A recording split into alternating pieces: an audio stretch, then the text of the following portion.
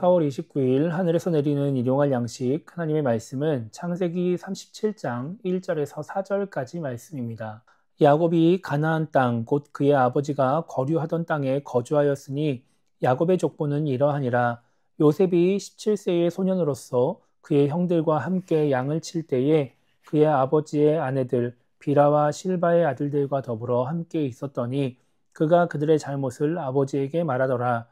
요셉은 노년에 얻은 아들이므로 이스라엘이 여러 아들들보다 그를 더 사랑하므로 그를 위하여 채색옷을 지었더니 그의 형들이 아버지가 형들보다 그를 더 사랑함을 보고 그를 미워하여 그에게 편안하게 말할 수 없었더라. 아멘. 오늘 우리가 읽은 말씀은 야곱의 아들들 사이의 관계를 기록하고 있습니다. 창세기 37장부터는 이제 이삭의 아들로서의 야곱에 대한 이야기가 아니라 가문의 아버지로서의 야곱에 대한 이야기가 이어지게 됩니다. 4절 중간을 보면 요셉의 형들이 요셉을 미워했다고 말씀하고 있습니다. 그 이유는 야곱의 행동 때문이었습니다. 3절과 4절은 이렇게 말씀합니다.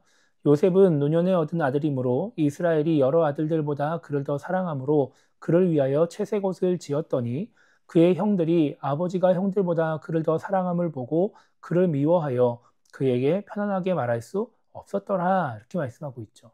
2절을 보면 요셉이 17살일 때 형들과 함께 장막을 떠나서 양을 쳤는데 다른 형들의 잘못을 아버지에게 일러 바쳤다고 말씀하고 있습니다. 이런 행동도 이제 형들이 요셉을 미워할 만한 행동이었습니다. 그런데 성경은 이런 요셉의 행동 때문에 형들이 요셉을 미워한 것이 아니라 야곱이 요셉을 편애했기 때문에 요셉을 미워했다고 말씀하고 있습니다. 야곱은 요셉을 다른 아들들보다 더 사랑해서 요셉에게만 채색옷을 입히며 특별 대우를 합니다. 그 결과 아들들이 하나가 되지 못하고 서로 미워하게 되는 것이죠. 아이러니하게도 야곱은 부모의 편애를 경험한 사람이었습니다. 그런데 야곱도 부모의 잘못을 반복하며 결국 아들들의 사이를 갈라놓고 있는 것입니다. 흔히 자녀에 대해서 이야기를 할 때 10손가락 깨물어 안 아픈 손가락이 없다고 말합니다. 그러나 덜 아픈 손가락은 있다고 말하죠. 그렇다고 해서 대놓고 편애를 하면서 감정을 드러내면 사랑을 받지 못하는 자녀는 상처를 받고 자녀들 간의 관계가 나빠질 수 있습니다. 이것은 자녀에게만 해당되는 것이 아니라 다른 사람들과의 관계에서도 마찬가지입니다. 어떤 공동체든지 나와 함께하는 모든 사람을 사랑하는 것은 쉽지 않은 일입니다. 그렇다고 내가 좋아하는 사람만 사랑하면 공동체는 분열되게 되어 있습니다. 내가 좋아하는 사람은 좋아하는 것이 당연한 것이지만 그만큼 다른 사람을 배려해야 공동체가 분열되지 않고 하나가 될 수 있는 것이죠. 꼭 공동체에서 영향력이 있는 사람만 이렇게 되느냐? 그렇지 않습니다. 공동체에서 영향력이 없는 사람도 마찬가지입니다.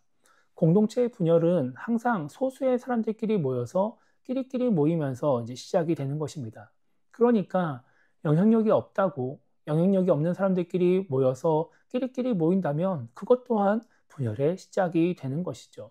하나님을 믿는 우리는 내가 사랑하는 사람만 사랑하고 좋아하지 않는 사람은 배척하려는 마음을 버려야 합니다.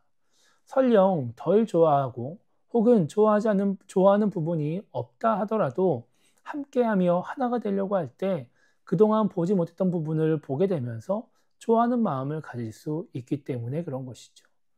그리고 그렇게 할 때 공동체를 분열시키는 사람이 아니라 하나가 되게 만드는 사람이 될 수 있기 때문에 우리는 그렇게 행동해야 되는 것입니다. 그렇게 우리가 누군가를 편애하고 혹은 누군가를 미워하는 것이 아니라 모두를 사랑하려고 애를 쓰고 함께 하려고 애를 쓸 때 우리를 통해 우리가 속한 모든 공동체가 하나가 되어서 행복을 누리게 되는 것입니다. 그래서 오늘 하루를 시작하면서 우리가 이렇게 기도했으면 좋겠습니다. 예수님을 믿지 않는 사람들처럼 내가 사랑하는 사람만 사랑하고 내가 사랑하지 않는 사람은 미워하고 배척하는 것이 아니라 하나님을 믿는 사람답게 모든 사람을 사랑하려고 애를 쓰고 또 하나가 되려고 애를 쓰는 그런 신앙인이 되게 달라고 기도했으면 좋겠습니다. 그 과정 속에서 내가 좋아하지 않는 사람의 좋은 부분들을 발견하게 하시고 그렇게 해서 정말 진정으로 사랑하는 그런 마음을 갖게 달라고 기도했으면 좋겠고요. 그렇게 살아감으로 말미암아 우리가 속해 있는 모든 공동체가 하나가 되어 행복을 누리게 해달라고 기도하며 오늘 하루를 시작했으면 좋겠습니다.